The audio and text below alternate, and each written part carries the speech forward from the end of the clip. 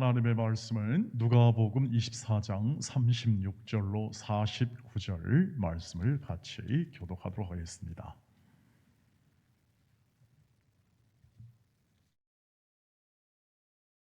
누가복음 24장 36절로 49절입니다.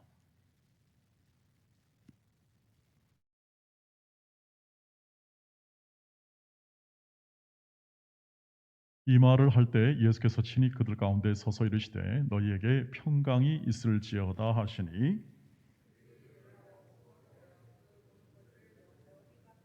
예수께서 이르시되 어찌하여 두려워하며 어찌하여 마음에 의심이 일어나느냐 내 손과 발을 보고 나인 줄 알라.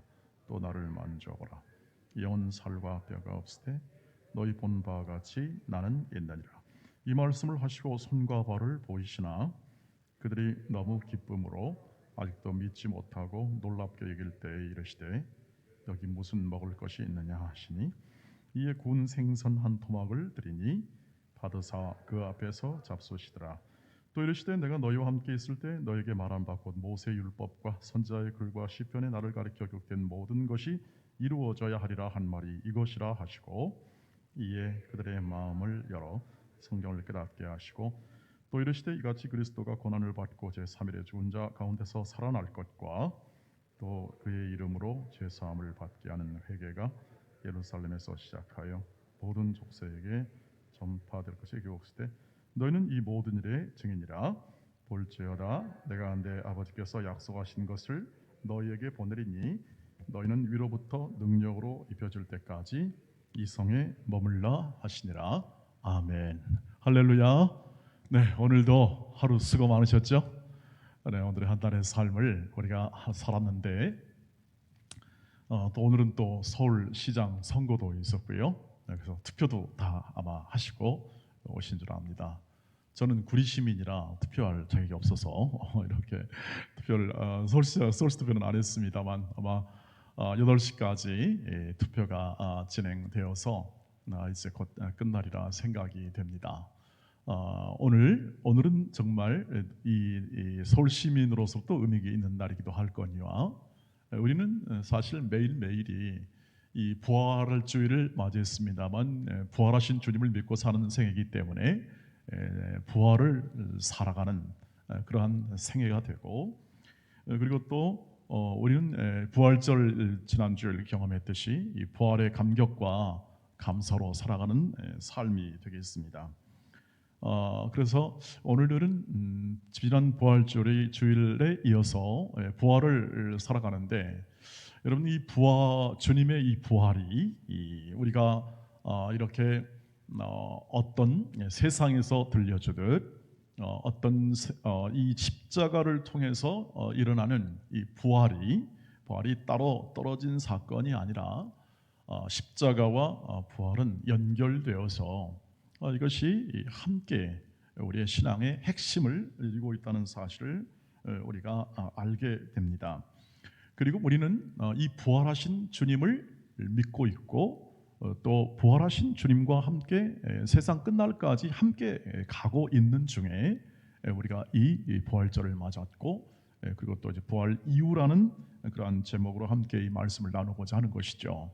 왜 이 말을 택했냐면 주님의 이 부활이라는 것이 틀림없이 기적과 능력의 사건입니다. 죽은 자가 살아난 사건은 전무후무한 그리고 이 일에 대하여 너무나 많은 증인들이 있어서 성경에 많은 증인들이 있어서 어떻게 쉽게 부인하지 못할 그러한 역사적인 실제 사건으로 성경이 기록되어 있어서 성경을 깨지 않는 한, 성경을 무너뜨리지 않는 한, 이 하나님의 말씀을 무너뜨리지 않는 한 부활은 역사적 사실로 실제적인 육체의 부활로 이렇게 이루어질 수밖에 없다는 사실이죠. 그러니까 우리의 믿음을 어디 두냐면 우리는 성경에 둡니다. 우리는 이 기록된 말씀에 두어서 만약에 이 말씀이 거짓으로 판명된다면 우리 믿음도 아마 무너질 겁니다. 우리 부활에 관한 믿음도. 그러나 성경을 깰 수 없으면 부활도 깰 수가 없게 되는 거죠. 그래서 성경을 깨려고 세상의 사람들이 노력을 얼마나 많이 했는지 모릅니다. 이 부활 신앙이나 이런 것들이 비과학적이니까 생각이 안 맞으니까 이것을 깨려고 노력했지만 깨지는 건 번번이 깨려고 하는 것이 다 깨졌습니다. 깨려고 했던 것들이 전부 다 깨지게 되고, 성경은 아마 21세기에 돌아와서 많은 사람이 그랬습니다. 아마 성경은 이제 골동품이 될 거다. 왜냐하면 옛날에 2000년 전, 심지어 3000년 전 기록이 어떻게 현대에 이렇게 좋을 수 있냐, 어떻게 3000년 되는 기록이 현재까지 영향을 줄 수 있겠냐. 여러분, 우리나라 고전이나 세계의 고전들이요, 몇백 년 정도는 뭐 효용성이 있을지 모르지만 수천 년 전의 어떤 그런 고전들이 우리에게 영향 끼치는 것은 별로 없습니다. 영향 끼치는 것도 있긴 하지만, 근데 성경은 지금도 수십억의 사람들이 이 하나님의 말씀으로, 지금도 역사는 하나님의 말씀으로 믿고 있고, 그리고 또 그 성경이라는 이런 책 기록된 역사와 문학과 다양한 형태의 증언으로 된 이 성경이 하나님의 말씀으로 되어서 그 말씀에서 나타난 진리가 이 땅에서 이루어지고 이 세계 속에서 이루어진다는 사실을 굳게 믿는 사람들이 수십억이라는 거죠. 그래서 성경의 이 증언, 성경이 말하는 것의 증언을 통해서 우리는 우리의 신앙을 세웠고, 이것은 사도와 선지자를 통해서 증언되었던 내용들을 통해서 우리는 이 부활의 삶을 살아가고 있음을 우리는 알고 있습니다. 그래서 이 부활의 이 사건이 세상들이 도저히 이게 잘 이해가 안 되는 부분이라, 자, 우리 이거 가지고 되겠냐 그랬습니다. 이게 부활을 들어도 되겠냐, 부활을 빼버리자, 왜냐하면 잘 안 믿어지니까. 그런데 놀랍게도 이 부활을 믿는다는 것이죠. 안 믿을 것 같은데 믿는다는, 그러니까 이것은 진리가 틀림이 없고 하나님으로부터 나오는 게 틀림이 없구나. 우리 생각으로는 안 믿을 것 같은데 이게 믿겨지더라는 거죠. 왜냐하면 하나님이 창조하시고 구원하는 역사를 그때나 지금이나 변함없이 우리에게 허락하시기 때문입니다. 자, 그렇다면 이 부활을 이후에 주님의 행적은 무엇입니까? 주님은 어떻게 했습니까? 그걸 통해서 우리는 이 부활을 살아가는 이후에 살아가는 우리의 이 부활 신앙을 어떻게 만들 수 있겠습니까? 하는 것이 오늘 잠깐 시간이지만 함께 나누고자 하는 겁니다. 왜냐하면 되게 부활의 이 부분들을 이해하는 게 좀 벅차니까 이것에 대하여 좀 생각을 좀 이렇게 딱 내려놓고, 다른 거, 십자가는 얼마나 좋아요. 예수의 사랑이 드러나니까 예수의 사랑을 강조하고 그 사랑을 이렇게 함께 나누는 것은 굉장히 이렇게 편합니다. 우리가 편하고 좋은데, 부활을 얘기하자 그러니까 이건 서로 얘기 안 맞으니까 어렵다는 거죠. 그렇다면 그것이 과연 우리가 지금 생각한 대로 이 성경이 원하는 것은 그런 삶인가 하는 것을 생각을 오늘 해보고자 하는 겁니다. 우선 부활하신 주님이 오늘 이 성경에서 찾아오셔서 어떤 일을 하셨는가를 좀 살펴보자 합니다. 우선 첫 번째로 36절에 보니까 우선 주님이 찾아오신다 하는 것을 우리가 알 수 있습니다. 이 말을 할 때 예수께서 친히 그들 가운데 서서 이르시되 너희에게 평강이 있을지어다 하는데요, 주님이 찾아오십니다. 그러니까 우리가 제자들이 찾는 것이 아니라, 제자들이 주님 하면서 주님 좀 우리 곁에 와주십시오 하고 찾는 게 아니라 주님이 홀로 찾아오세요.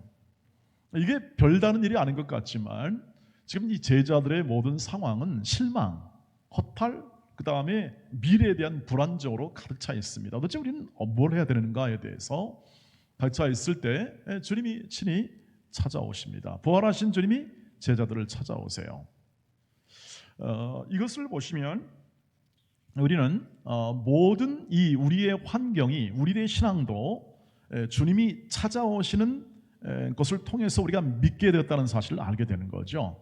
부활하신 주님이 친히 찾아오신다는 것은 우리가 아직 준비가 안 되었어요. 제자들도 준비가 안 된 상황입니다. 그런 상황이지만 주님은 친히 찾아오셔서 평강을 전하시고 또 뭘 하십니까? 제자들을 오늘 가르치는 것을 볼 수가 있습니다. 성경을 가르치고, 마음을 열어서 성경을 가르치고, 또 시편과 선지자와 구약에 있는 모든 내용들이 다 이렇게 이루어질 것을 미리 예언한 것이라는 것을 또 풀어 깨달아 알게 하는 거죠. 44절 45절 보시면 이르시되 이렇게 되어 있습니다. 내가 너희와 함께 있을 때 너희에게 말한 바 곧 모세의 율법과 선지자의 글과 시편의 나를 가리켜 기록된 모든 것이 이루어져야 하리라 한 말이 바로 이 십자가와 부활까지다. 이렇게 얘기하는 거죠. 십자가와 부활까지. 이에 그들의 마음을 열어 어떻게 합니까? 성경을 깨닫게 하시는 거죠. 제자들의 마음을 연 다음에 성경을 깨닫게 합니다. 왜일까요? 제자들이 무식하니까 그렇죠. 깨닫지 못하니까 마음의 문을 열어가지고 그 말씀을 받게 하는 겁니다. 오늘 밤에도 어떻습니까? 오셔서 여러분이 성령께서 마음을 열고 말씀을 받게 하시는 거죠. 이것이 다 믿음의 행위일 뿐 아니라 우리의 신앙의 삶이고 지금 주님이 하시는 일에 우리가 순종함으로 참여하는 것에 이 말씀에 깨닫는 그러한 열매를 맺게 되는 과정이라고 할 수 있겠습니다. 그래서 기본적으로 이렇게 많이 듣긴 하지만 주님께서 마음을 열어주시면 깨닫는 것이고 이것을 계속 내 주장과 내 생각으로 아직까지 못 계속 깨달으면 그냥 가는 거죠. 여러분도 그러셨죠? 지금 신앙생활을 오래오래 하시지만 어떤 때는 말씀이 쫙 들어오기도 하고 또 어떤 때는 그냥 틱 가다가 틱 나가요. 이런 식으로 부딪히는 경우도 있을 것이라고 생각을 합니다. 저도 그렇습니다. 그래서 이 부활에 관한 신앙도 어떤 때는 이 깨달음이 굉장히 풍성하게 돼가 되는데 사실상 제가 고백을 하건대 신앙생활 이 부활에 관한 신앙은 진짜 오래오래 숙성되어서 이게 형성이 되는 것, 제 마음 가운데 부활 신앙이 형성이 되는 거예요. 왜냐하면 이게 이 안 믿어지는 것, 과학적 사실과 이 부활 신앙이라는 것이 잘 이렇게 연결이 되고 해석이 돼야 되는데 머릿속으로 납득이 잘 안 되는 거예요. 그래서 무조건 믿었어요. 믿습니다. 그런데 제 확신과 제 믿음만 가지고는 이것이 해결 안 되는 경우가 참 많아요. 어떤 때예요? 야 무슨 부활이냐? 그거는 비과학적 사실이고 말도 안 되는 소리다. 그건 뭐 미신이다 어쩌고 이런 어떤 세상의 압력이 있지 않습니까? 논리적 지성 이런 것들을 대하게 되면 위축되는 부분이 있었던 것이 사실이었습니다. 사실. 그런데 지금은 그것을 훨씬 더 이렇게 아주 마음속으로 확신하고 그리고 이렇게 더 분명하게 얘기할 수 있는 자신 있게 얘기할 수 있는 것은 상당히 시간이 많이 지났었어요. 물론 사람에 따라서는 하나님께서 마음의 문을 활짝 열어가지고 그냥 한순간에 완벽하게 믿게 하실 수도 있습니다. 그러나 핵심은 그것입니다.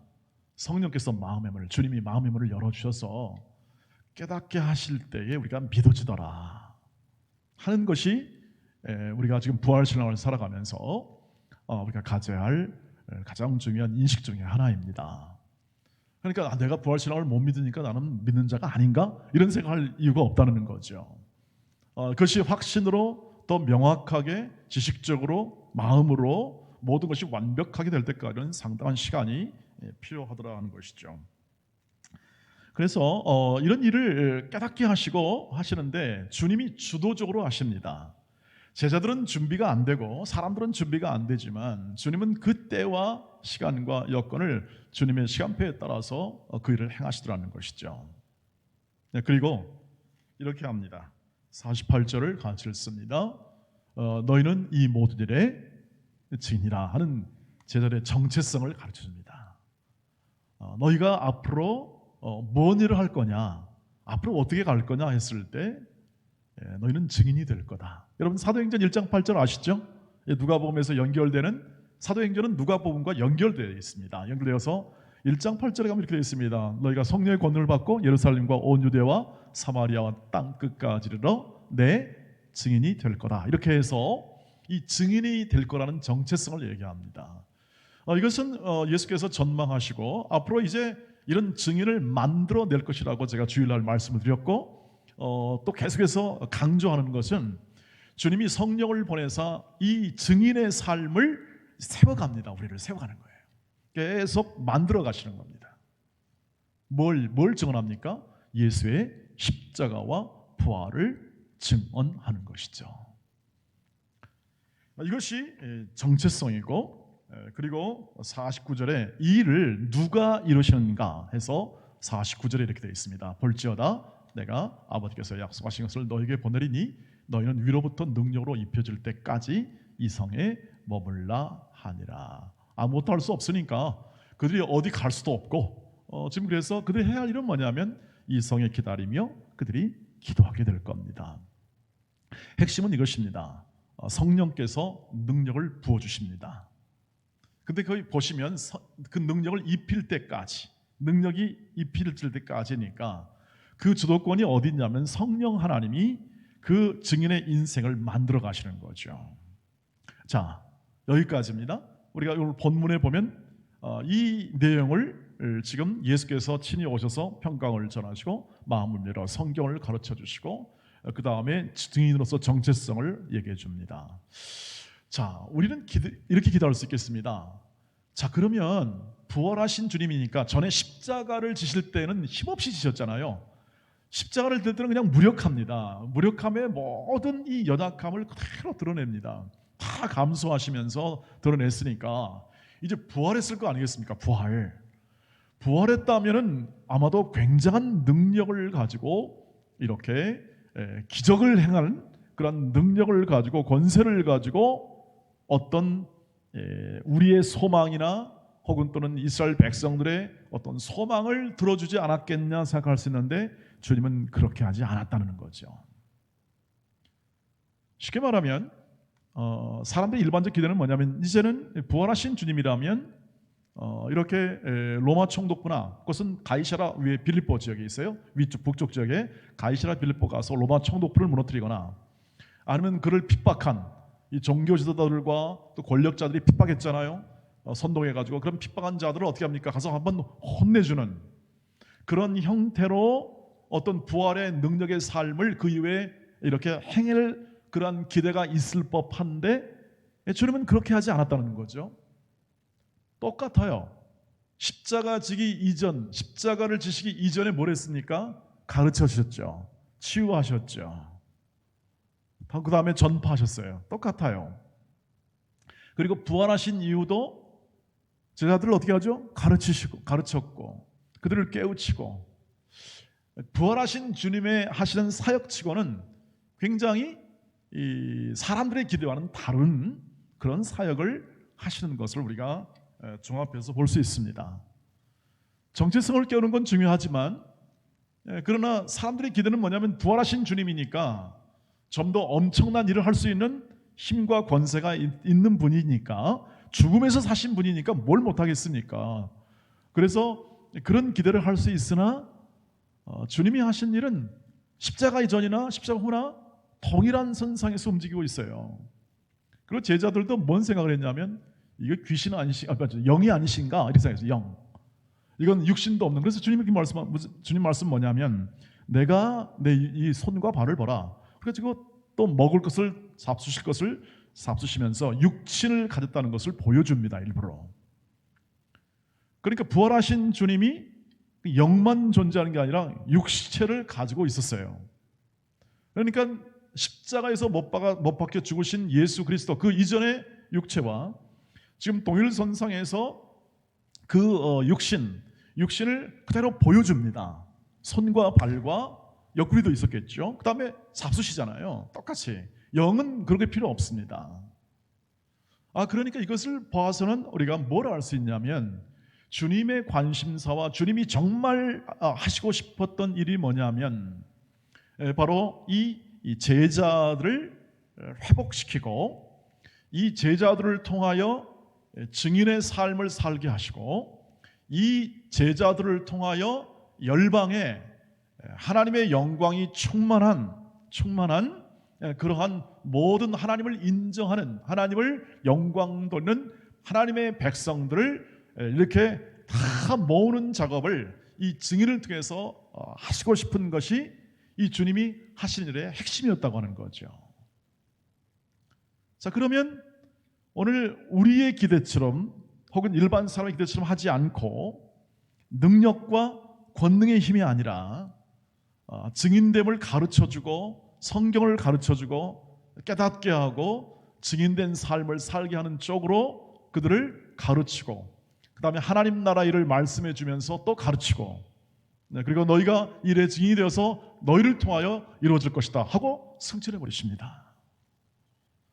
그러니까 주님이 하시는 일은 이 십자가와 부활의 모든 과정을 통해서 십자가 지기 이전에 했던 그대로 사역을 그대로 하는 것이죠.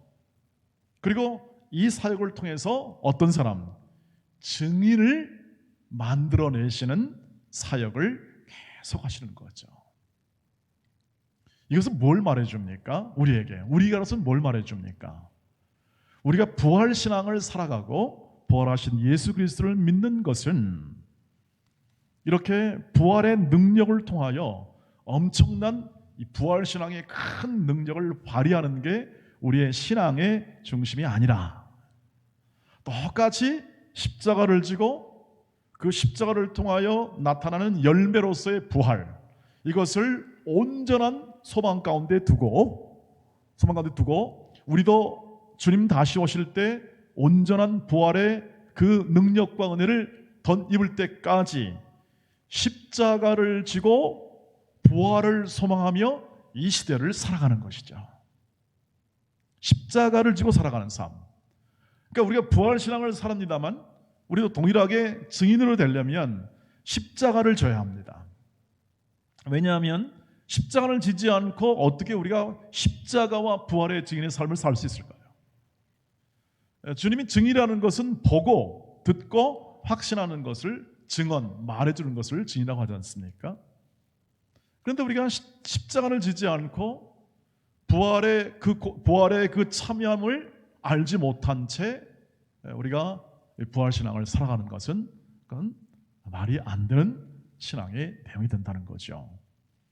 그러니까 주님께서 누가복음 14장에서 너희가 나를 따르려든 자기를 부인하고 내 십자가를 지고 자기의 십자가를 지고 나를 따르라 하신 말씀은 그냥 그때만 그치는 게 아니라 부활신앙을 살아가는 사람들이 예수의 부활을 믿고 그 부활에 참여하는 사람들, 열매로 참여하는 사람들이 오늘 져야 할 십자가를 말합니다. 그래서 우리는 우리의 신앙생활이 내가 이제 부활을 믿으니까 모든 게 영광으로만, 모든 게 능력과 기적으로만 되어서 이 세상을 압도하고 힘으로 어떤 이 능력, 내가 받은 능력으로 이 세상을 압도하고 삶을 사는 것이 아니라 십자가를 지고 사는 삶입니다. 십자가를. 다시 말하면 주님이 걸어갔던 길을 걸어감으로 부활에 이르게 되는, 부활의 소망에 이르게 되는 길을 걸어가는 것이 부활신앙을 살아가는 것이죠. 왜냐하면 부활의 온전함은 주님 다시 오실 때 이루어질 것이며 오늘 우리는 아직 완전을 향하여 성령께서 우리를 증인으로 빚어가는 인생을 살기 때문에 우리의 삶 가운데서 일어나는 모든 환경 속에서 십자가를 지고 그 길을 걸어가는 것이 우리의 부활신앙의 믿음이라고 할 수 있겠습니다. 그래서 주님을 믿는다는 것은, 우리가 부활신앙을 살아간다는 것은 오늘 증인으로서의 삶인데 그것은 이 현실에서 십자가를 지는 것입니다. 왜 그러냐면 이 현실의 삶은 세상이 지배합니다. 세상이 지배하여 우리의 모든 세상의 권력과 힘과 야망을 가진 사람들이 역사하고, 그리고 또 그 안에 담긴 그들을 이용하고 그들과 함께 자신의 삶을 추구하도록 부추기는 마귀와 사단의 그러한 활동 속에서 우리는 살아가기 때문에 그들의 공격과 그들의 세상이 주님을 공격했듯이 주님을 믿는 사람들이 십자가를 질 때 피할 수 없는 것이 있습니다. 그것은 세상이 마치 이와 같습니다. 세상은 주님을 싫어합니다. 왜냐하면 하나님의 뜻대로 살려고 하니까. 주님은 하나님의 뜻대로 사시라고 그렇게 백성들에게 가르칩니다. 세상은 그것을 원하지 않습니다. 자기 뜻대로 살 것을 주장합니다. 만약에 주님이 세상과 똑같이 살아라 그랬으면 절대 예수님 안 죽였을 겁니다. 세상이 죽였다는 것은 뭐냐면 자기 뜻대로 살고 싶은 사람들이 예수님이 하나님의 뜻대로 살려고 하니까 이게 거추장스러운 겁니다. 그래서 십자가에 못 박아 죽여버립니다. 그런데 하나님이 어떻게 하죠? 살려요. 그러니까 예수님이 하는 말이 옳았다는 것을 증명해 버립니다. 그래서 그 하나님을 믿고 예수 그리스도를 믿는 사람들이 동일하게 예수께서 말씀하셨지만 너희는 나를 따르면 나를 섬기려면 나를 따라오려거든 십자가를 지라 했을 때 그 삶이 부활 이후에 우리의 예수를 믿는 사람들이 다 따라갈 길로 제시되어 온전한 부활의 소망 이르기까지 십자가 지며 이루실 소망을 따라 성령이 지으심을 순종하여 우리의 모든 현실에서 삶을 살아가는 것이, 이 고난에 찬 현실을 살아가는 것이 우리의 신앙이요 우리를 부르신 하나님의 목적, 예수님이 지금 증인의 삶을 살라고 하는 목적입니다. 그래서 증인의 정체성은 어디에 있냐면 예수께서 살았던 인생을 그대로 우리로 하여금 살게 하십니다. 그대로 우리를 그대로 살게 하세요. 그러면 예수님은 어떤 사람인지 아시죠? 십자가와 부활로 이루어진 예수님이 이 세상 가운데 사셨지만 그런 세상의 공격을 받습니다. 그리고 권력의 공격을 받습니다.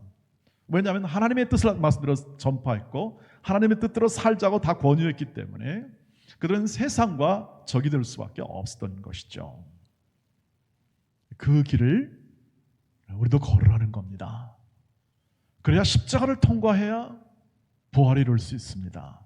십자가를 통과하지 않고는 부활에 이를 길이 없습니다.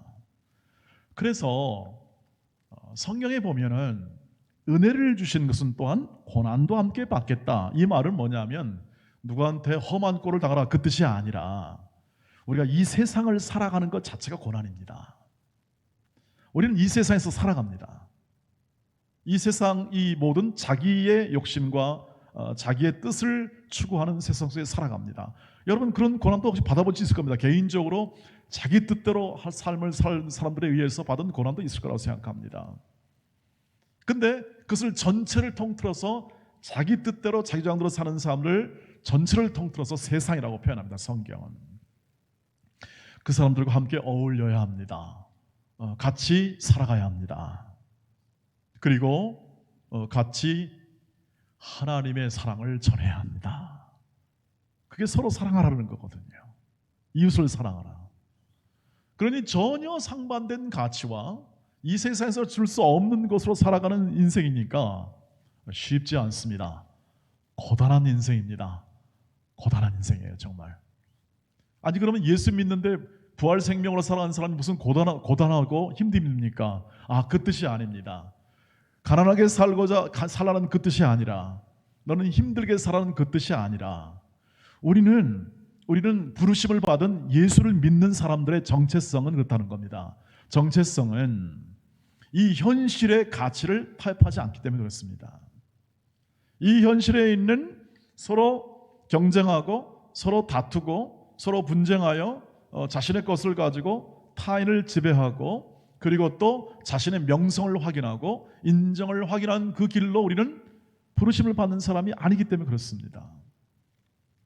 이것이 부활신앙을 가진 사람의 정체성이고 우리는 십자가라는 것은 결국 자기를 줌으로써 다른 사람을 세우는 삶이죠. 자기를 희생함으로써 미랄처럼 수많은 열매를 맺는 게 십자가에 가는 길이죠. 그 길을 누가 가려고 할까요? 안 가죠. 세상은 절대 안 가죠. 그래서 그 길을 가라고 하는 게 누구냐? 우리입니다. 우리가 그렇게 길을 걸어가도록 부르심을 받은 것이죠. 이 자기의 탐욕과 그리고 또 세상이 가치가 난무하는 세상 속에서 거룩한 인생을 살라고 부르십니다. 거룩한 인생을 살라고. 그리고 하나님의 뜻에 합한 순종하는 삶을 살라고 우리를 부활 생명을 허락해 주십니다. 그런데 이것이 가능한 이유는 뭐냐면 이미 주님이 우리가 지난 고난 동안 이렇게 말씀을 드렸습니다. 주님이 막판에 십자가에서 뭐라고 그러셨죠? 다 어떻게 했다고요? 이루었다. 다 이루었다. 우리가 가능한 이유는 뭐냐면 우리는 다 이루신 주님을 기반으로 믿습니다. 우리는 다 이루신 주님을 기반으로 믿습니다. 무슨 말이냐면 주님이 성취할 거라는 겁니다.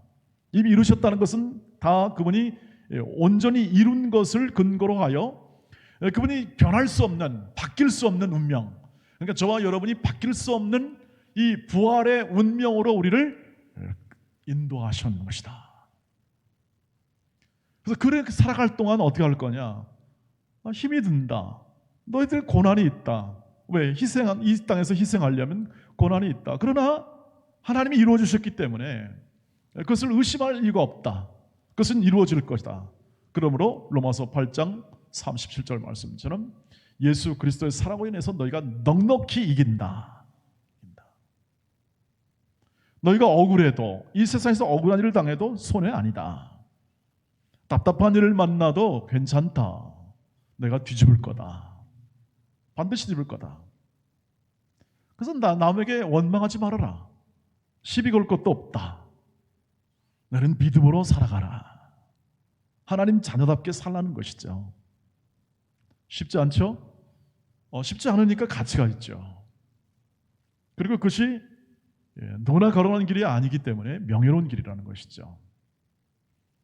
그러나 이 현실은, 이 부활 생명을 살아가는 현실은 답답한 요소가 있고 고난의 요소가 다분히 우리의 삶에서 늘 있게 마련입니다. 그래서 어떤 때는 절망의 자리로 갑니다. 그러나 절망의 자리에서 뭘 발견합니까? 오직 하나님만이 해답이구나. 하나님만이 해답이구나. 이것을 알게 되는 거죠. 그러니까 우리는 예수 믿는 사람들은 절망의 자리에 갈 수 있습니다. 그리고 또 정말 낮은 자리에 갈 수 있습니다. 그때 뭘 깨닫습니까? 하나님밖에 없는 거구나. 세월이 가면 갈수록 뭘 깨닫습니까? 인생이 별거 없는데 하나님 믿고 나니까 별거 없는 게 아니더라. 이 찬란했던 이 하나님의 이 거룩한 인도하심 속에서 내가 살아왔구나. 지금까지 지내온 것 주의 크신 은혜구나 하는 것을 깊게 이야기되는 거죠. 세월이 가면 갈수록 그래서 부활신앙이 깊어진다는 건 뭐냐면 이 사랑의 깊이가 깊어지게 더 깊어지는 거고 사랑의 넓이가 더 넓어지는 거죠. 왜냐하면 하나님밖에 없고 다 이미 이루어진 것이기 때문에. 그래서 부활신앙은 일상에서 나타납니다. 일상. 다른 게 아니라 내가 밥에 먹고 그 다음에 일을 하고 그 다음에 타인과의 관계, 우리가 함께 오래 살아가잖아요. 관계 속에서 우리는 이 십자가 정신, 십자가로 사람을 대하고 십자가의 마음으로 어떤 일이든지 대하고, 그러니 그 십자가를 걷는 길에 그 영광스러움이 내 앞에 있기 때문에 우리는 끝까지 기뻐할 수 있고 감사할 수 있기 때문입니다. 정리하자면 이렇습니다. 부활의 삶을 산다는 것은 꽃길과 영광의 길이 맞습니다. 근본적으로. 그런데 현실에 살기 때문에 모든 것이 우리의 바람과 소원만 되는 게 아니라 모든 세상의 가치가 늘 우리를 엄습하고 우리의 삶에서 들이닥치게 마련이다. 그러나 가난해도 부여해도 우리의 삶이 하나님이 허락한 모든 환경 속에서 믿음으로 살아내시기를 주의 이름으로 축복합니다. 믿음으로. 그 십자가의 길을 걷는 것이고 십자가를 지는 것이죠. 이 세상에서 믿음을 따라 살아가는 것이죠. 쉽지 않다는 말씀을 드렸으나 성령께서 이미 예수 그리스도가 이루는 일을 우리 가운데 적용하고 있으니 순종하시면 됩니다. 순종하시면 그 안에 나오는 성령의 기쁨과 감사가 날마다 우리를 이렇게 힘있게 만들고 그 길을 걸어가는 감사도 흘러 넘치게 될 줄 믿습니다.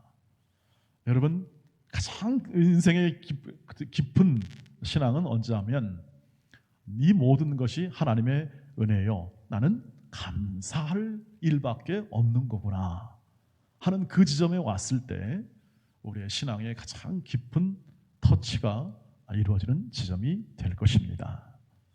주께서 부활하신 후 다른 게 아니라 이 삶을 살라고 오늘 우리에게 말씀하시고 그 삶을 주님 다시 오실 때까지 여러분의 생애가 다른 순간까지 놓치지 말고 걸어가시기를 주의 이름으로 축복합니다. 기도하겠습니다. 우리 함께 기도 제목을 가지고 기도할 때 우리 교회 성도들과 각 가정의 날마다 회복의 은혜를 경험하게 하시고 십자가와 부활의 삶을 통해